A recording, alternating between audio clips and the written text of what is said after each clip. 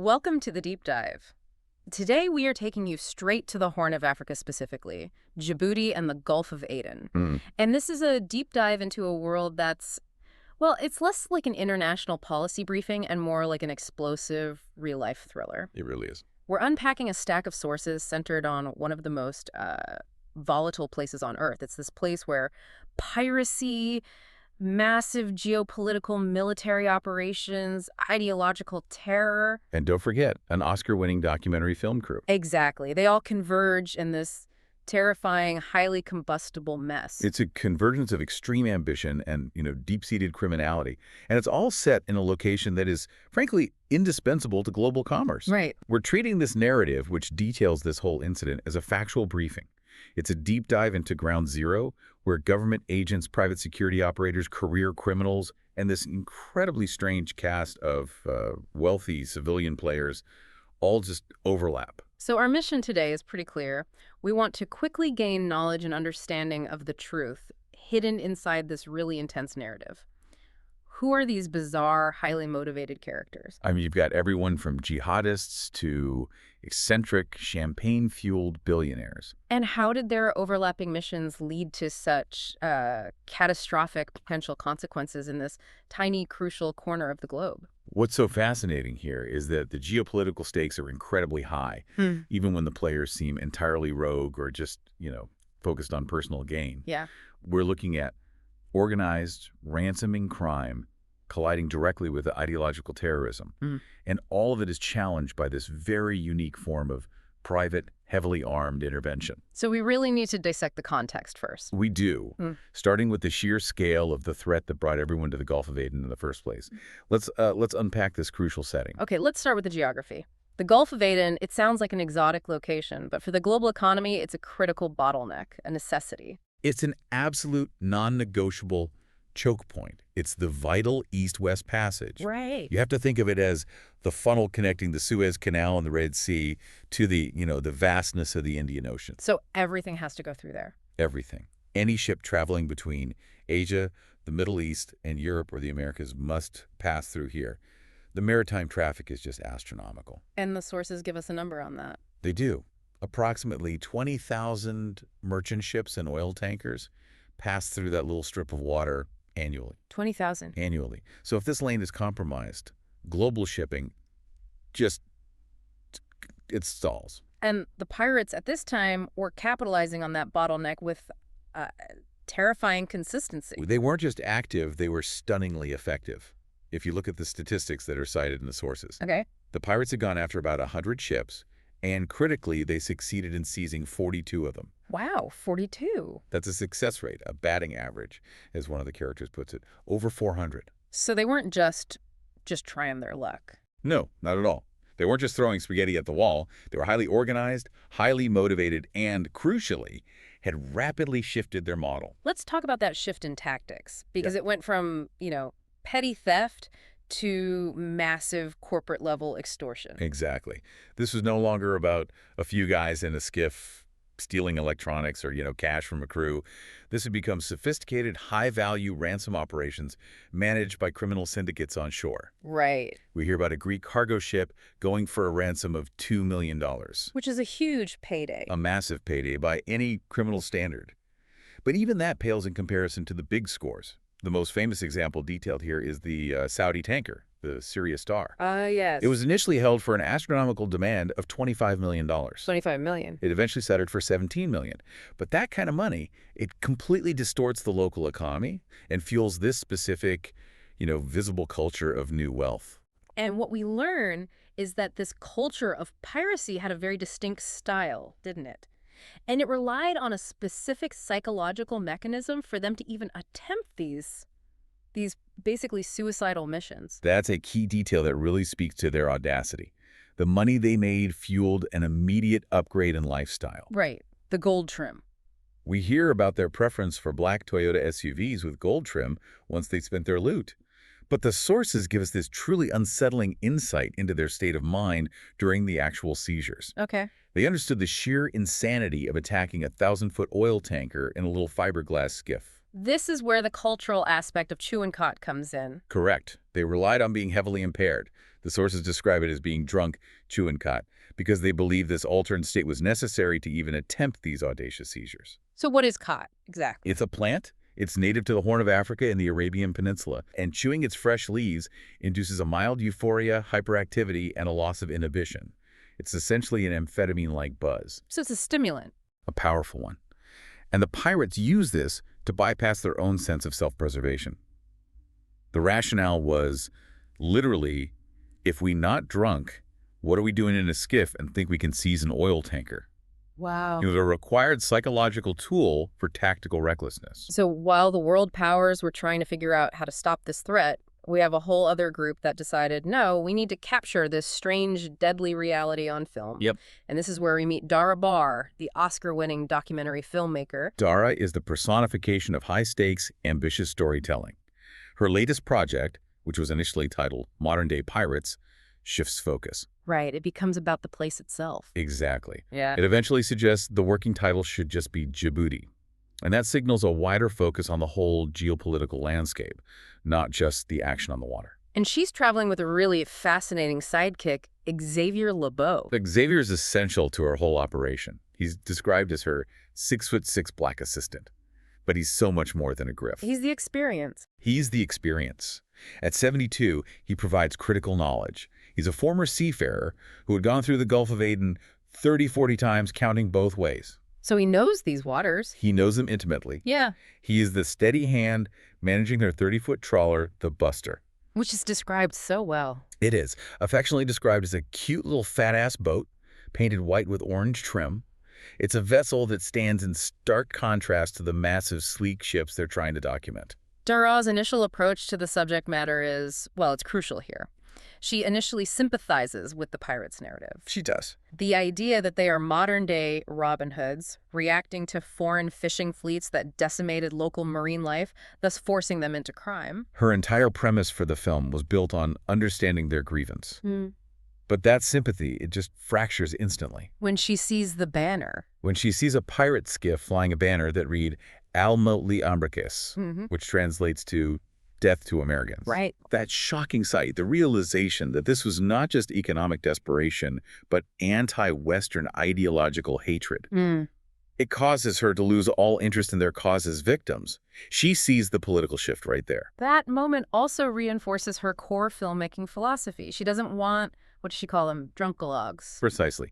She rejects the idea of just interviewing talking heads, people relating their past exploits like an AA meeting film being all drunkalogs. She wants to be in the action. She idolizes the style of the great documentarian Albert Maysles. She wants to show the action, the raw truth, and the consequence, rather than just having people describe it to her. She wants a dynamic narrative, and she's about to get way more action than she bargained for. And the raw truth she starts to uncover is profoundly unsettling, especially when we look at the anti-piracy efforts themselves. Yes. This brings us directly to the inherent corruption. These two characters, the Gold Dust twins, who completely blur the lines between diplomacy and organized crime. This specific type of corruption is what makes Djibouti such a fascinating, terrifying nexus. On the surface, you have Harry Ahmed Sheikh Bakar, known simply as Harry. Right, the diplomat. He's working with the International Maritime Organization, the IMO, under the Djibouti Code of Conduct. His official role is to convince pirate leaders of the hopelessness of their venture. He's very polished. Highly educated, went to Oxford. His mother was English, his father Saudi, and he speaks with a distinct British accent. He presents himself impeccably, often seen in a tan suit or a white suit with a coiffier. He is the face of anti-piracy. But the reality is that the face of anti-piracy is also, quote, mates with the face of piracy. That's the profound irony, isn't it?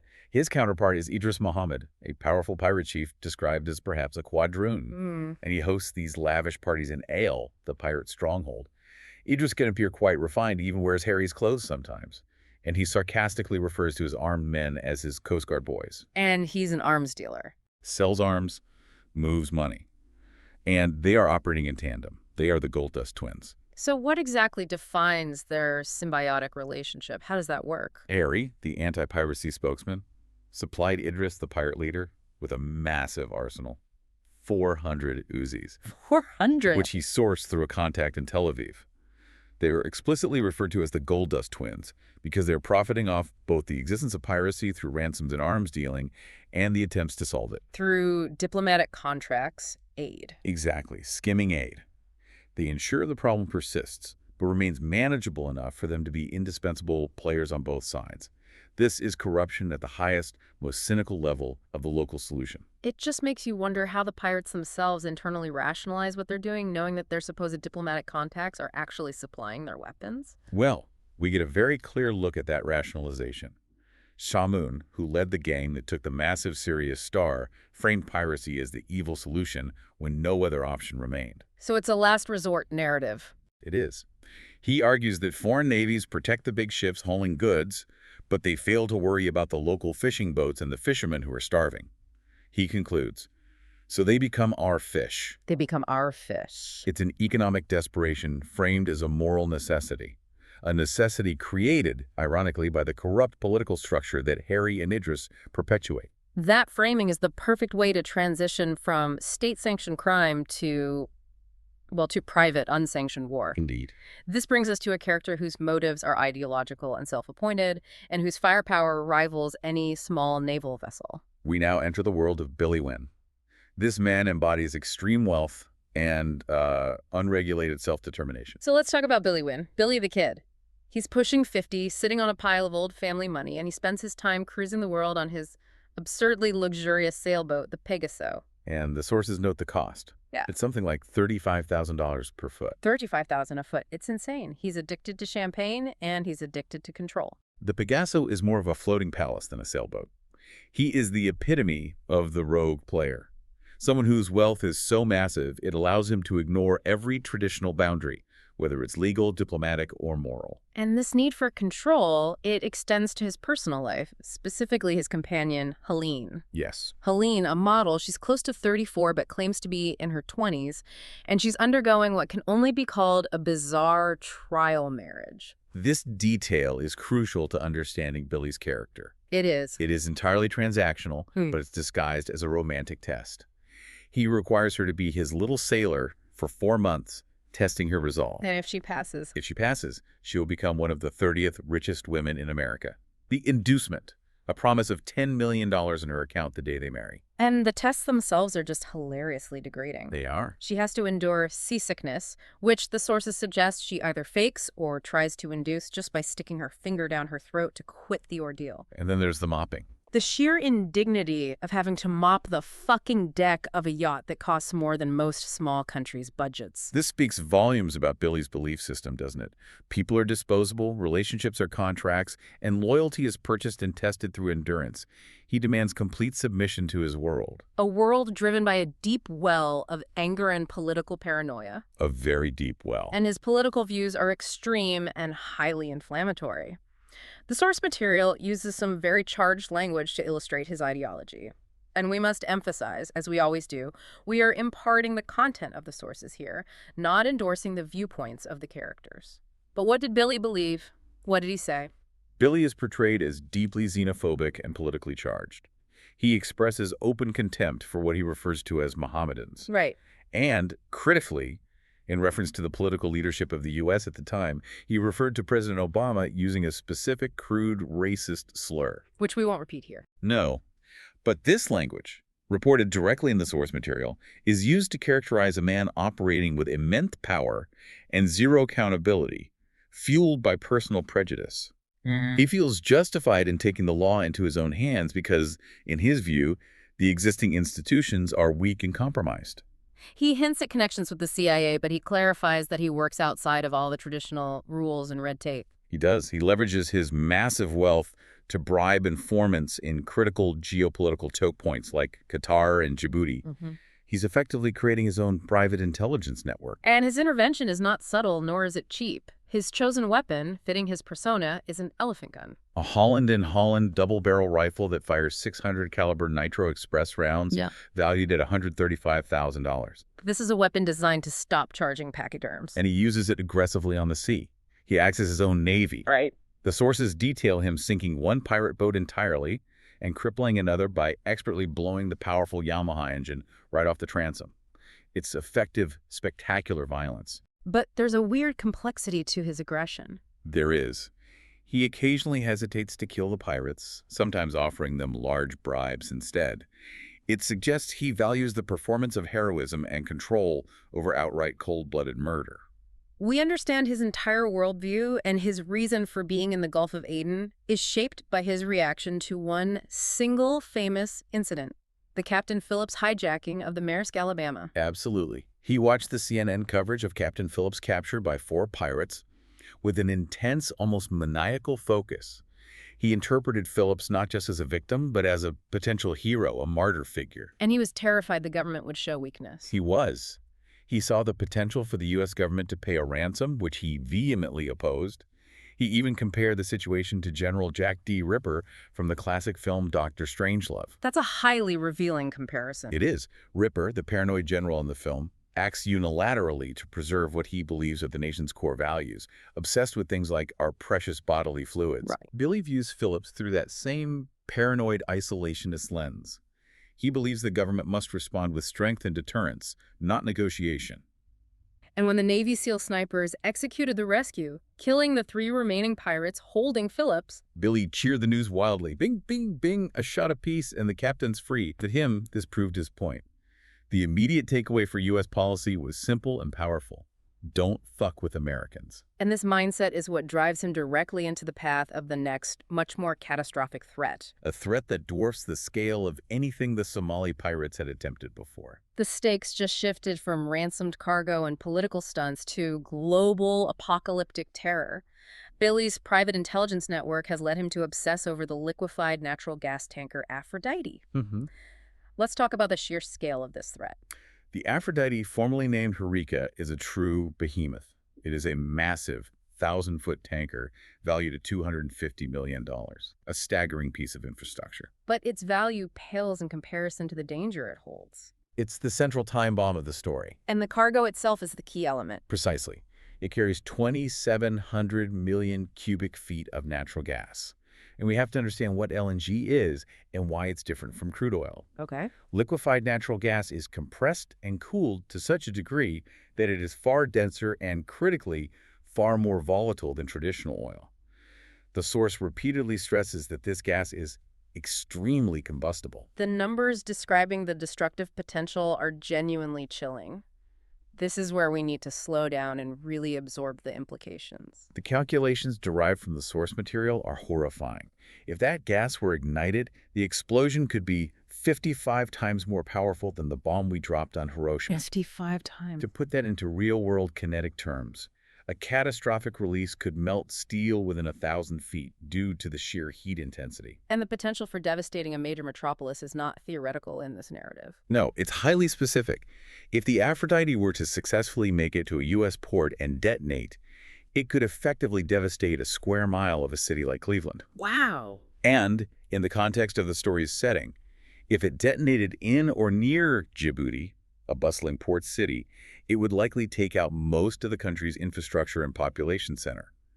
The terror potential is maximal. The source material also points out the vulnerability of U.S. infrastructure, naming the specific ports that accept these massive LNG tankers. Why is that relevant? It connects the threat directly back to the ultimate ideological target.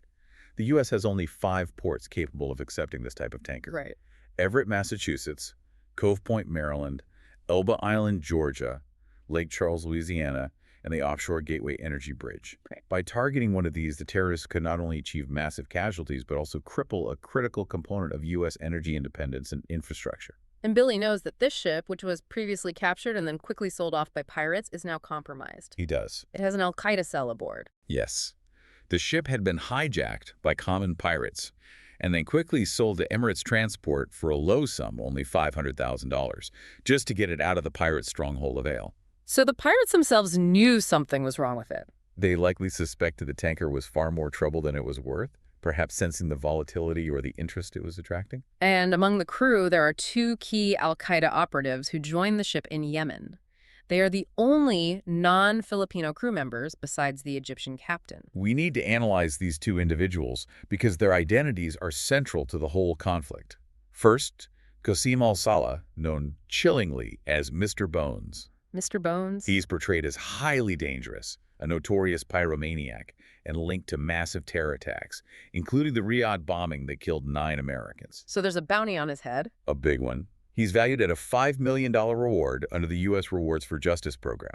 And then his partner, the American convert. That's Jama Rasuli. He's African-American, converted to Islam, and radicalized while serving time in prison, specifically after a drug bust landed him in the stockade. In the name. His adopted operational name, Rizuli, may have been inspired by the Sean Connery character in The Wind and the Lion, a romanticized outlaw figure. This conversion and name adoption is his new identity, the one he intends to live and die by. And he also has a reward. A $1 million reward. So together, you have a $6 million bounty walking around. And the Gold Dust twins see this as the next logical evolution of their high-stakes criminality. The moment Idris and Harry realize they have a $6 million bounty within reach, the whole dynamic shifts from piracy management to counterterrorism opportunism. They learn that the Al-Qaeda operatives are aboard the Aphrodite. Suddenly, they have a way to make far more money than any ransom. The plan is classic Gold Dust twins. They capture Jama and Qasim to collect the Rewards for Justice bounty from the U.S. government. But they have to be alive. Harry, the educated diplomat, is highly focused on securing the paperwork and the payout.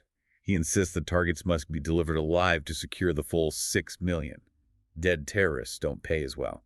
This leads to an interrogation scene that really showcases the brutality lying just beneath Harry's Oxford veneer. It does. He needed Jama's American name, James Russell, to verify the bounty claim. The scene is designed to break Qasim, who is protecting Jama like a brother.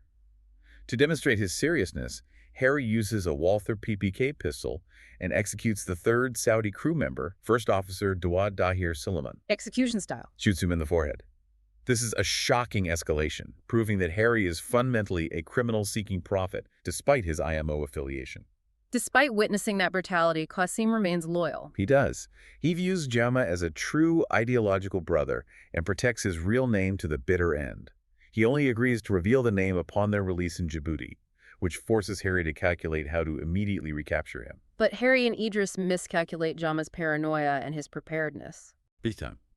Jama, being held shackled, suspected betrayal and executed a stunning violent escape plan. This is where the story pivots from geopolitics to pure psychological horror. He used a Walther P38 pistol he had hidden. What is the significance of the P38 versus the PPK Harry was using? Well, the Walther PPK is a famous, smaller caliber pistol, often associated with espionage or discreet carrying, James Bond. Right.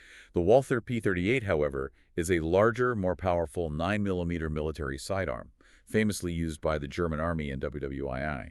For Jama, carrying the P38 suggests not just preparedness, but a preference for serious combat power. And he uses it. He kills his partner, Qasim, and 4 Somali guards, including Tatuk.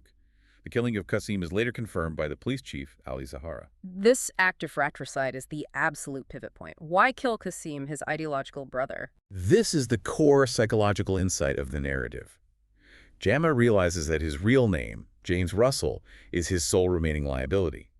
The terrorist persona, Rizuli, is flawless.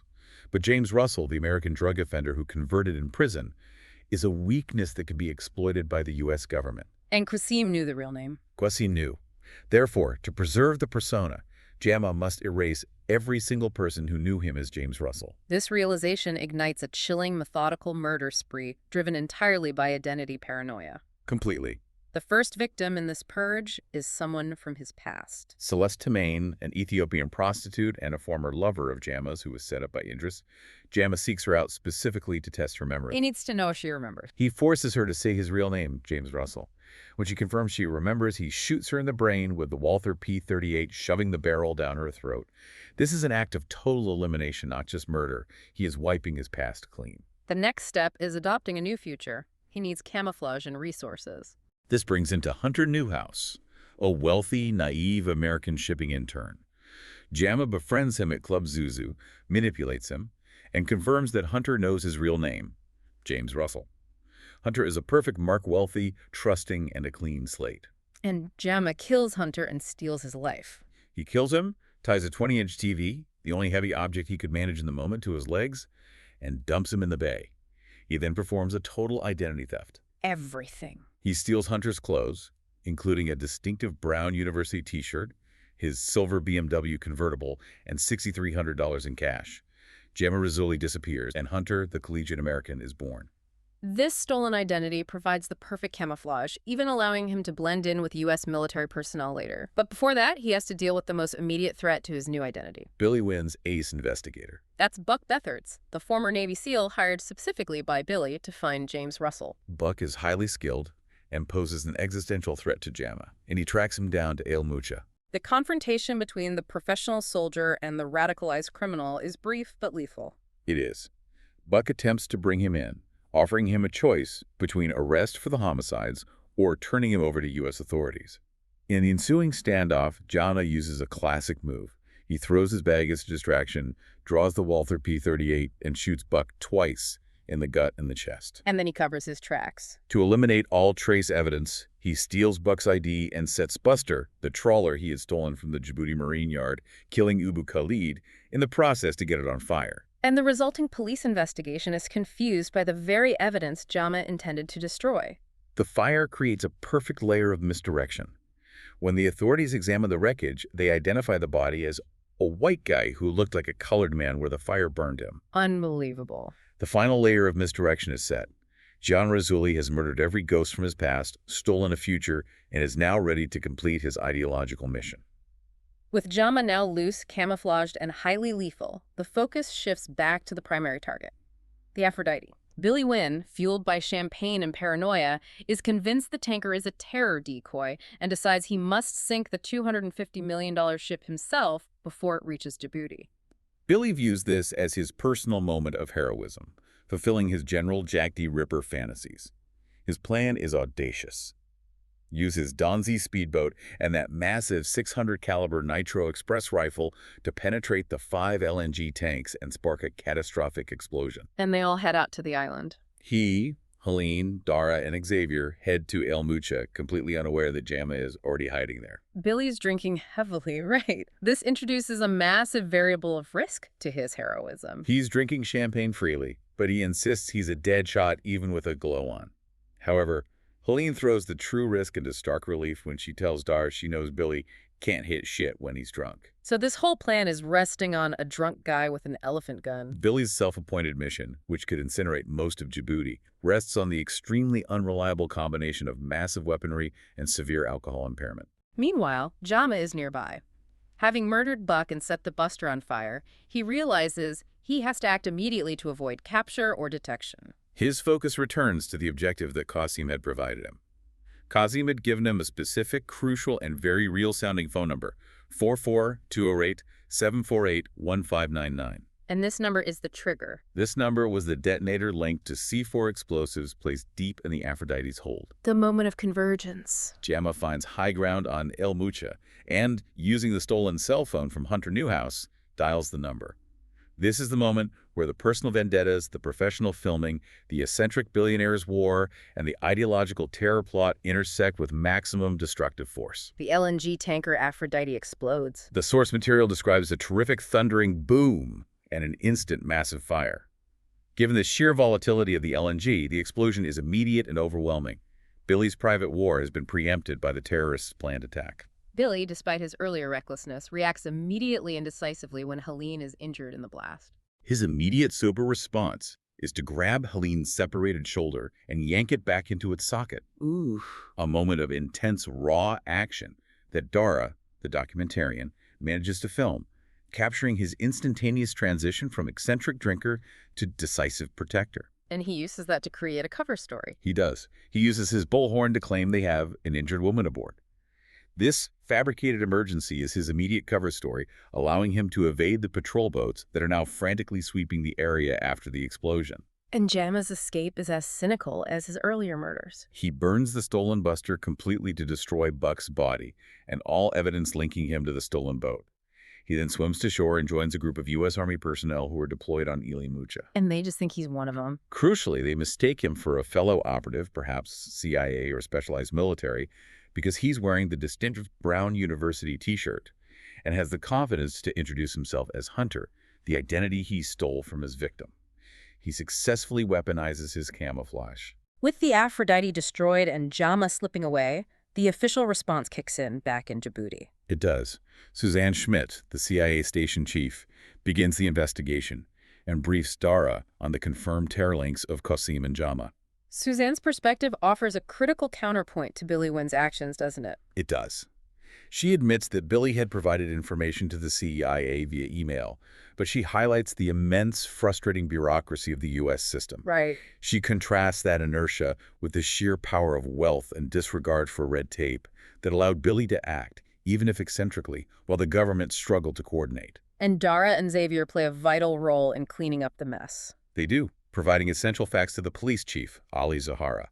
They confirm Jama's American identity, the specific murder weapon, the Walther P-38, and the circumstances of the buster's destruction. They are bridging the gap between the rogue private world and the official investigation. And Billy, ever the opportunist, uses the investigation to his full advantage. He quickly approaches the FBI, claiming the dead white man found in the burned buster is Buck Beathard's, who he had hired to find James Russell. He retroactively turns Buck's murder into proof of Jama's lethal nature, using his former SEAL employee's death to bolster his own position as an informed anti-terrorist agent. The scene then shifts back across the globe to New Orleans, where Dara and Xavier have returned trying to process the chaos, and we get a surprising personal revelation about their relationship. We do. Xavier reveals that their relationship had deepened significantly in Djibouti, moving past professional closeness to intimacy. And he has a very specific reason for his renewed vigor. He credits his friend, Dr. Chin's horny goatweed, adding a final, slightly comedic human layer to their partnership after the high drama they survived. But the danger hasn't passed. Jama, still using Hunter Newhouse's name and clothes, tracks them across the Atlantic. He sees them as the final remaining loose ends that threaten his new stolen life. He finds them in New Orleans and confronts Dara in her apartment. His identity paranoia is now complete. It is. He confirms Dara knew his real name, James, and was now intimate with Xavier. His constructed identity, Jama Razuli, is collapsing, and the old ideological hatreds surface as he attempts to justify his final violence. And he uses some awful racist language. He does. As he confronts Dara, he uses hateful language against Xavier, stating, "You live with that nigga, he contaminates you." And again, we must recognize that this language, pulled directly from the source material, is essential to illustrating the ultimate hateful extremism and deep-seated prejudice that drove his actions and fueled his terror conversion. The final confrontation is agonizingly swift and violent, bringing the whole saga back down to the personal level. Jama throws his bag, which is meant as a distraction so he could draw his hidden Walther P-38, the weapon that had killed 7 people already. Then Xavier reacts. He reacts purely on instinct. In a reflexive move, he grabs the P-38 by the barrel, twists it, and shoves it back into Jama. And the gun fires. Jama is shot with his own gun. He is. As he dies, his final thought encapsulates his utter confusion and miscalculation. "But I was holding the gun."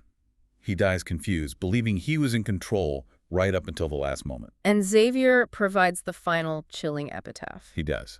He reflects on the underlying nihilism of the man. He's been trying to all his poor-ass life. It finally took. Following the violence, Dara and Xavier are immediately focused on the ultimate consequence of their experience, the story. Of course. Dara wants to turn the whole event into a feature film titled Djibouti. She wants to capture the dramatic climax, Jama's complex backstory, his conversion in prison, and even Billy's eccentric, accidental heroism. The cycle of tragedy and commodification is complete.